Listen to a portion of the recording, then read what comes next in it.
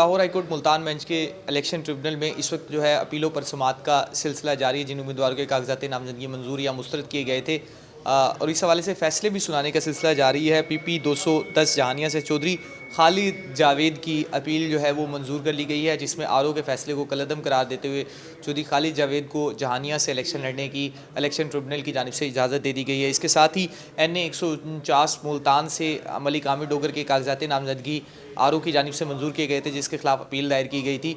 इस पर जो है वो समाअत हुई है और मलिक आमिर डोगर के केस के हवाले से जो फैसला है वो महफूज कर लिया गया है। और इसके साथ ही NA 148 से चौधरी खालिद जावेद वड़ाइच के कागजात नामजदगी मुस्तरद किए जाने के ख़िलाफ़ जो अपील है वो दायर की गई थी, जिसके बाद जो है खालिद जावेद वड़ाइच के केस का जो फ़ैसला है वो भी महफूज कर लिया गया है। इलेक्शन ट्रिब्यूनल में जो है वो अपीलों पर समाअत का सिलसिला जो है वो जारी है।